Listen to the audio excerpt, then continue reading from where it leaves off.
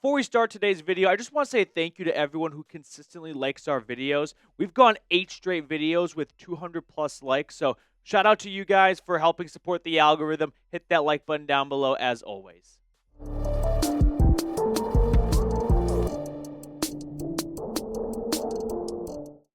Let's get into some Broncos news that's not free agency related, but just team related, as Denver made not one, but 2 coaching moves, a hiring and a firing. So we're going to break down both of those moves right there. Welcome on into the Broncos Breakdown by Chat Sports. Matthew Peterson here, breaking everything down for you guys, starting with a couple of moves that were made on the coaching side of things, including a firing and a hiring.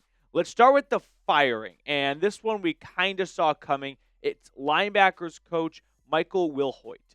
Now, right before the NFL Combine, a story came out that Wilhoite was arrested for allegedly punching a police officer. So we'll run through what we know a little bit here because it's kind of a wild story. He was allegedly at the Denver airport.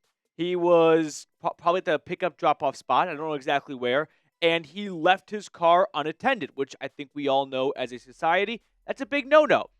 Police officer came over. It's like, hey, you can't leave your car unattended. Michael Wilhoite started to yell at him.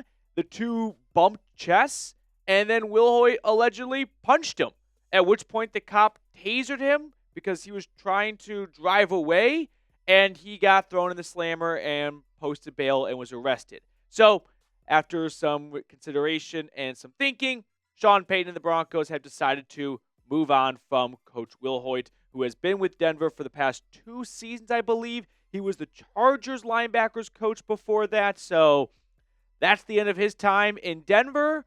Can't say I'm too surprised, and my guess is the story about him punching a cop is probably true, and that's probably why Sean Payton and the Broncos fired him. But it's one more moving on piece from the Denver front office and head coaching tree. I mean, we've got 8 names here. We can add a 9th with Wilhoite getting canned, and Denver's got a lot of work to do to try and replace some of these people. They've made some progress, right? They hired Darren Rizzi to replace Ben Kotwika, and they made one more hire, which we're going to talk about in a second here, but make that 9 coaches, front office members to leave the Broncos for one reason or another since the end of the 2024 season. So with that being said, now we can switch gears and talk a little bit about who the latest hire was for the Broncos. But with Wilhoite punching a cop at the airport, it did make me wonder, because there's not really a thought-provoking question I can ask other than, if you have a flight that is taking off at, let's say, 12 p.m., what time are you arriving at the airport? My boss is a get there 20 minutes before takeoff guy. Like, he gets there at the last possible second, which I just could not live that way. My rule of thumb is, if I'm not checking a bag, 1 hour before then. If it's a 12 p.m. flight, I want to walk into the airport at 11 a.m. I also don't mind getting a bite to eat at the airport. Like, if you've got a fun trip coming up, maybe like a bachelor party, a boys' weekend, whatever it could be, get some termies going there, some airport beers, and kind of set the tone early. So I like getting to the airport a little early, but let me know, how early do you get to the airport? Because it looks like Wilhoite got there maybe too early and had to leave his car, and that led to him getting fired. Now, as for the other coaching move, it's a hiring, and it's Brian Niedermeyer. And when I saw this, I had a flashback, kind of like I wouldn't say deja vu, but time machine moment, because Brian Niedermeyer was a Tennessee football coach when I was in school in Knoxville. So here's the background on Coach Niedermeyer. First, he's joining the Broncos as reportedly a defensive consultant, or like quality control coach. So no big official title, but he was the Tennessee tight ends coach, I think linebackers coach too. College coaches are always a lot more versatile than NFL coaches, for a couple of years with Jeremy Pruitt. Then Jeremy Pruitt and the entire coaching staff essentially got fired because of allegedly paying players before it was allowed. And then he went over to Tuscaloosa County High School and was their defensive coordinator. In December, he was hired to be their head coach. And fast forward to March, he has left that job already, and I can understand why, to work for the Denver Broncos. His first time working in the NFL after a decade of being a college and a high school coach. I have full faith in Sean Payton's pick of coaches because he's clearly doing a great job of it. 2 teams hired his assistant coaches to be their offensive coordinators.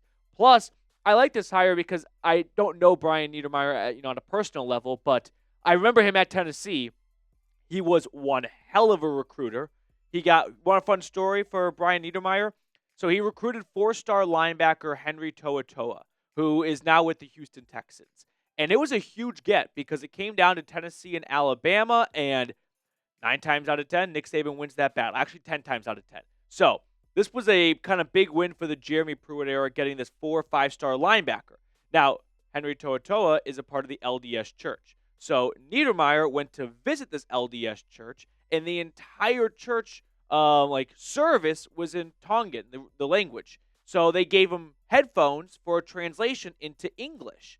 And Niedermeyer was telling the story about how he's at this LDS service and he's listening in English. And halfway through the sermon, which is all about not following people down the wrong path, he starts to realize, I think they're talking about me because I'm the only guy here in all orange and I'm trying to take away this LDS church member who they want to go serve a mission, right? That's kind of the common thing for people in the LDS church after they graduate high school to go serve a mission for 2 years in someplace in the world. And here's a college coach trying to take their community member away and go live in Knoxville, Tennessee and play football. So halfway through, he's like, I don't think they really like me. But he ended up getting Henry To'oTo'o to commit to Tennessee. I'm sure there were some payments made, allegedly, of course. But, fast forward 2 years later, To'oTo'o would end up actually transferring to Alabama. My one last little story here on Niedermeyer and Henry To'oTo'o. At senior year of college, first semester, I took a geography course. It was one of my favorite classes in college. And To'oTo'o sat right behind me. And he was kind of the big man on campus. He was the big star football player. So one day he tapped me on the shoulder. I was like, oh, what does the star football player have to say to me? And I thought maybe he needed to borrow like a pencil or pen and I could be like the hero. This sounds really simp, but it was kind of cool. No, it was not that. He tapped me on the shoulder to go, hey, dude, your shirt is inside out. That is my first and last interaction with a Houston Texans linebacker. And I was like, I looked down and it was one of my striped shirts. And it just kind of looked the same, regular or inside out. But sure enough, it was inside out. So, Henry, if you're watching this, I still remember that. And Coach Niedermeyer, thank you for recruiting To'oTo'o so I could be embarrassed in geography first semester senior year. But those are the 2 coaching moves made by the Broncos. So, one firing that we kind of saw coming, and then a hiring that I definitely did not see coming. But congrats to Niedermeyer. He goes from Tuscaloosa County High School football to the Denver Broncos. I'd say that's a bit of a step up. Now, we've been talking about this all week on the channel, but this Broncos winter hat is still 70% off. So if you have not yet, I'm telling you, future you is going to love current you when you buy this hat that is less than $10. And then when October, November rolls around, you've got a brand new winter hat, and everyone else is paying $35 for one, and you got it for $10 because you did a winter clearance sale back in March. So use our link, chatsports.com/DEN hat. Our random blank today is name a random SEC school with Brian Niedermeyer, Tennessee football coach, coming over to the Broncos, and Tennessee alum. This felt appropriate today. So I'm thinking of one myself. Okay, I've got it. Here we go. Count down from 3. See if we say the same one. 3, 2, 1. South Carolina. You were probably thinking I'd say Tennessee. Reverse psychology. Now decided to go with South Carolina. That will do it for us on today's episode. Appreciate everyone for tuning in. Like and subscribe, comment, all that good stuff. And I look forward to seeing everyone later.